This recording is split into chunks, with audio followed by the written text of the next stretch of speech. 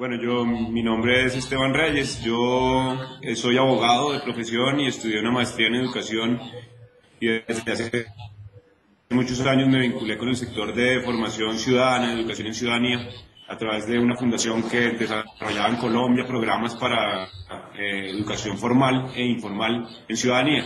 Y ahí empecé a desarrollar materiales educativos, a trabajar un poco el currículo, a trabajar en vínculo con otras organizaciones y con el Estado, a conocer pues de fondo el sector educativo y posteriormente hice un estudio también en derechos de la infancia. Estuve por fuera del país, en Francia unos años, y al regresar encontré una organización que yo conocía desde su origen, que es la Fundación Tiempo de Juego. La conocía desde su origen porque la fundó un amigo mío y yo había participado como voluntario en actividades tiempo atrás en Tiempo de Juego. Y cuando regreso al país me encuentro que es una organización que ha crecido mucho, con dos características que a mí me llamaron mucho la atención, y era que era un trabajo comunitario, fuertemente comunitario, es decir, un proceso que se ha creado en una comunidad de las afueras de Bogotá, que es una comunidad, se llama Altos de Cazucá, con grandes dificultades sociales, gran receptora de desplazamiento interno por razones de la violencia en el país. Hay mucha movilidad de poblaciones. Altos de Cazucá es un lugar donde llegan continuamente personas de distintos lugares en condiciones de vida, digamos, subnormales, porque son tierras de invasión, donde la incidencia del Estado es muy limitada. Pero me llamó mucho la atención ver cómo en ese entorno se había creado un proceso comunitario con tanto arraigo y con tanta vinculación de la comunidad. Era de alguna manera una experiencia política desde la perspectiva de lo que yo había visto con los programas educativos, que muchas veces es difícil lograr cuando se tiene un programa que intencionalmente está tratando de crear cultura política o está tratando de crear como agremiación social. Aquí Tiempo de Juego, a través de una estrategia deportiva, lo había logrado casi que de forma empírica y de forma espontánea, digamos. Y adicionalmente era un programa con un alto componente de colectividad, digamos, en el sentido en que distintas personas de distintos frentes y desde distintas visiones habían contribuido a que se hiciera posible el proyecto. Entonces, lo que yo había dejado antes de irme a Francia, que era una escuela de fútbol en la que 40, 50 niños iban los sábados a jugar con una metodología especial el fútbol, se había convertido en un modelo de utilización del tiempo libre en la que hoy en día tenemos cerca de 1.500 niños realizando diversas actividades deportivas, complementando esto con actividades artísticas y culturales, y en donde se ha empezado a desarrollar toda una infraestructura social y técnica para que el programa tenga bases y tenga continuidad.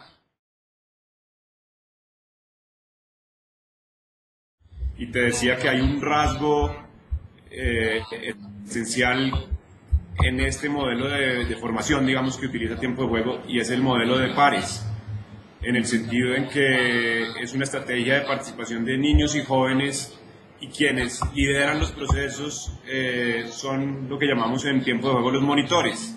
Los monitores son jóvenes, chicos de la misma comunidad que de forma voluntaria empiezan a desarrollar actividades de liderazgo, empiezan a recibir un cargo como de autoridad, digamos, en donde tienen una serie de responsabilidades y se encargan de planear, desarrollar y evaluar las actividades que se realizan. Entonces, por ejemplo, en la práctica de fútbol, que es la actividad central en Tiempo de Juego, entre muchas otras actividades, pero el fútbol es como la columna vertebral, digamos, de lo que hacemos. Los entrenamientos, un día sábado, que es el día que llegan más niños a la cancha, aunque hay entrenamientos todos los días, pero el sábado concurren diferentes, los de todas las edades, pueden llegar hasta 500 niños a la cancha de fútbol, en distintos horarios. En 3 horarios, pero pueden llegar por tandas de 200 niños. La forma como se logra que haya un entrenamiento operativo y que el entrenamiento además tenga un modelo de educación detrás es a través de los monitores. Los monitores son jóvenes que se encargan de llevar el entrenamiento con una categoría. Un grupo de 30 niños, entre 13 y 15 años, están en la categoría de Rojas, que es uno de los monitores, y Rojas se convierte en el profesor de ellos. Y no es un profesor, no es un instructor de fútbol, aunque también, por supuesto, la idea es que él tenga conocimientos técnicos para hacerles ejercicios adecuados, pero lo más importante es que él es una guía, digamos, en su formación integral. Rojas y los demás monitores se reúnen semanalmente con la psicóloga y desarrollan estrategias psicosociales para ver cómo intervenir las problemáticas y cómo generar factores protectores que llamamos nosotros, para que esos chicos tengan herramientas para enfrentarse, digamos, de una forma positiva a las dificultades que muchas veces están presentes en sus contextos. Entonces, ese, digamos, yo diría un poco la clave del éxito de este modelo de formación, para que además pueda ser tener una cobertura tan amplia, radica en tener a unos muchachos capacitados como líderes, que a su vez son los interlocutores naturales de los demás muchachos. Y en ese sentido, un indicador de éxito grande es que cuando tú le preguntas a los chicos, a los menores, que qué quieren ser cuando grandes, muchos de ellos te responden que quieren ser monitor de tiempo de juego. La figura del líder monitor se convierte en un referente. Y en una comunidad como Altos de Cazucá, o en el caso de Cartagena, que trabajamos en Santa Rita, que es también una zona en las faldas de la Popa, una zona con grandes dificultades de pandillas y de violencia y de pobreza. En ese tipo de comunidades, el líder, por lo general, tiende a ser la persona que está armada, que intimida a los otros, que es el duro, que es el chacho, que es el jefe de la pandilla. Es el que los chicos tienden a tener como referente.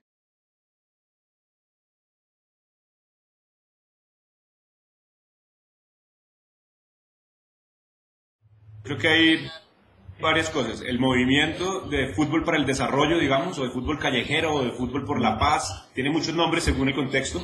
Es un movimiento que está en auge y que está cogiendo una fortaleza cada vez mayor. Solo en Colombia, en la red, porque estamos configurando una red desde hace unos años que se llama la Red de Fútbol y Paz, hay 13 organizaciones de distintas partes del país que utilizan, entre otras cosas, pero que tienen en común el hecho de utilizar el fútbol como herramienta de desarrollo y de inclusión social. En el mundo existe la red de Street Football World, que tiene 80 y tantas organizaciones de todos los continentes utilizando el fútbol como modelo de desarrollo. En África hay cerca de 40 organizaciones en Street y muchas otras que no están agremiadas en esta red, que empiezan a ver en el fútbol, concretamente en el fútbol, una herramienta para convocar a los niños y para generar procesos de transformación social. ¿Por qué pasa esto? Digamos, un movimiento que coge una fuerza y en la medida en que estás adentro y empiezas a ir a los eventos de Street Football World y empiezas a ver el escenario, te das cuenta que es algo muy presente y que tiene mucha fuerza. Yo se lo atribuyo a, digamos, pensando así rápidamente, dos razones principales. Una, y que también las veo de mi experiencia de trabajo en tiempo de juego. Una, es que una actividad como el fútbol es una actividad que convoca masivamente. Es una actividad que en sí misma es capaz de ser atractiva para que niños, niñas, jóvenes de todos los estilos se acerquen a, digamos, estar utilizando su tiempo en el fútbol. El fútbol se convierte en el pretexto de convocatoria para tener a los niños ocupados. Y una vez los tienes ocupados ya puedes entrar a desarrollar actividades intencionadas que tienen un contenido pedagógico. Pero esa capacidad de convocatoria que tiene el fútbol, creo que muy pocas cosas la tienen. Lo segundo es que existe y ese es un desarrollo precisamente de esta herramienta de fútbol, que es una metodología para hacer del fútbol una experiencia diferente a la mera competición, digamos. Acá en Colombia, después del Mundial del año 94, hubo un hecho muy desafortunado, y es que Andrés Escobar, que era defensa de la selección nacional, cometió una falla y marcó un autogol en el Mundial. Y de alguna manera la selección colombiana se perdió, no pasó y tal. Posteriormente, cuando estaba en Colombia, Andrés Escobar desgraciadamente fue asesinado. Y eso, por supuesto, generó pues un punto de quiebre en el país, en decir qué puede estar pasando con el fútbol, que en vez de ser un deporte que convoque, una actividad que genere vínculos de convivencia, que genere valores positivos, termina desencadenando tragedias de esta naturaleza. ¿Cómo puede ser posible que el fútbol nos esté haciendo matarnos? Y es algo que no solo pasa con Andrés Escobar, pasa con las barras bravas, pasa con los fanatismos, el fútbol muchas veces mal enfocado puede estar generando ese tipo de dinámicas. De ahí, en ese momento, en Medellín, que era la ciudad natal de Andrés Escobar, un grupo de personas lideradas por un alemán también y por algunos colombianos, el alemán es Jürgen Klinsberg, decidieron pensar una estrategia diferente para abordar el fútbol y se inventaron en su momento una metodología que es la de Fútbol por la Paz. Esto en distintas partes del mundo estaban ocurriendo procesos parecidos. En Argentina se estaba dando el movimiento de fútbol callejero, en Europa en otros lugares, pero concurren estos movimientos en esa misma preocupación de hacer del fútbol un espacio de construcción de convivencia. Lo que hicieron ellos fue inventarse unas reglas de juego, que son las reglas que utiliza Tiempo de Juego, que utilizan las organizaciones de la red Street Football World y muchas otras, y es el partido de fútbol se convierte en un escenario educativo, porque ya no se trata simplemente de jugar fútbol y el que meta más goles, sino que el modelo se divide en 3 tiempos. Un primer tiempo en el que los equipos deciden y concertan las reglas con las que van a jugar el partido. Entonces hay una etapa de concertación y ellos pueden transformar las reglas. Hay reglas técnicas que las pueden transformar y pueden decir que el saque de banda se va a hacer con el pie. Y hay reglas de convivencia que ellos pueden adoptar. Y pueden decir, si alguien dice una grosería durante el partido se le va a bajar un punto. O si se llega a hacer una falta contra alguien, todos nos vamos a tirar al suelo en señal de solidaridad. O pueden decir que el gol, la celebración más bonita y más colaborativa del gol va a ser premiada. Entonces deciden las reglas. Luego está el partido propiamente dicho, en donde ya no hay un árbitro, sino que hay un veedor mirando que las reglas se cumplan. Y ahí se están estableciendo también pautas para generar acuerdos de convivencia. Los muchachos empiezan a jugar basándose no solo en meter goles, obviamente ese es un incentivo que está y la competencia propia del deporte sigue estando presente, pero basándose también en cumplir con los acuerdos, porque eso es lo que va a primar. Y al final del juego hay una etapa de evaluación. Estos partidos son mixtos, tienen también formas de generar inclusión de género. Una de ellas es una regla tradicional en el Fútbol por la Paz, y es que el primer gol tiene que meterle una niña para que valga. Y esto empieza a generar unas dinámicas en las que las niñas empiezan a ser más incluidas y se va generando la noción de que las mujeres son iguales en la cancha. Y finalmente, en la etapa de evaluación, cada equipo puntúa su propio comportamiento y puntúa el comportamiento del equipo rival y se decide quién gana. Pero entonces ya no gana el que meta más goles, sino que gana el que ha sido capaz de jugar mejor conforme a las reglas que ellos mismos han establecido. Esa es la metodología, y ese armazón metodológico, digamos, ha sido muy exitoso para generar en el caso del fútbol una experiencia educativa y una experiencia de formación en valores muy, muy valiosa. De ahí, de esos 2 rasgos que menciono, que es por un lado el tema de que el fútbol es un deporte que mueve masas y que está muy arraigado, digamos, a lo más íntimo de nuestras pasiones, y del hecho de que se haya construido una metodología específica para hacer del fútbol un escenario de construcción de acuerdos. Esos 2 hechos juntos son los que, a mi parecer, están a la base de todo este movimiento social en auge, en el que el deporte empieza a adquirir una connotación importante en los procesos de formación ciudadana.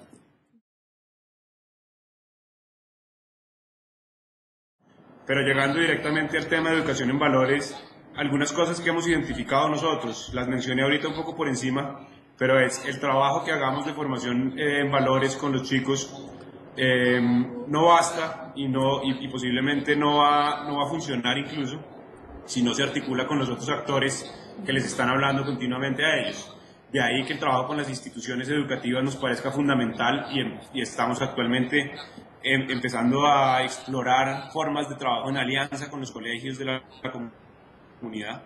La semana pasada estuvimos capacitando a los docentes de 6 instituciones educativas para contarles qué hace Tiempo de Juego, para que conozcan esta metodología y para desarrollar estrategias conjuntas de manera que hablemos un mismo lenguaje, que aquello que los chicos están haciendo por fuera de las instituciones educativas se parezca a aquello que están haciendo en las instituciones educativas, que el discurso sea homogéneo, porque de lo contrario puede haber un doble discurso que genere confusiones.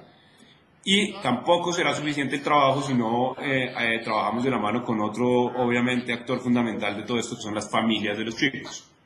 Esa es una tarea, un reto enorme también para una organización como Tiempo de Juego, para todas las organizaciones, y es poder llegar a trabajar con los padres de familia. Actualmente, digamos, solo por contar algunas estrategias que tenemos en Tiempo de Juego, es que de las categorías de fútbol, las categorías son entendidas como los grupos según las edades, creamos una categoría especial de padres. muchos de los papás acompañaban a los niños a la práctica el sábado, especialmente el sábado, que es el día que hay más, y se sentaban a mirarlos. El año pasado decidimos decirles a los papás, bajo el liderazgo de un padre, de una madre realmente, que por qué no se paraban en la cancha y también entrenaban. Y hoy en día la categoría de padres y madres tiene cerca de 40 integrantes que todos los sábados juegan fútbol y también están haciendo las mismas actividades que hacen sus hijos, con la misma lógica, con el esquema de un monitor que es un padre que es el que coordina las actividades. Esto nos ha permitido empezar a vincularlos de otras formas. Estamos pensando en crear la asamblea de padres de familia, en temas como la panadería vinculamos directamente a los padres, y al empezar a traer a los padres con distintas estrategias, empezamos a transmitirles también el discurso de formación integral que se maneja en todas las actividades de tiempo de juego.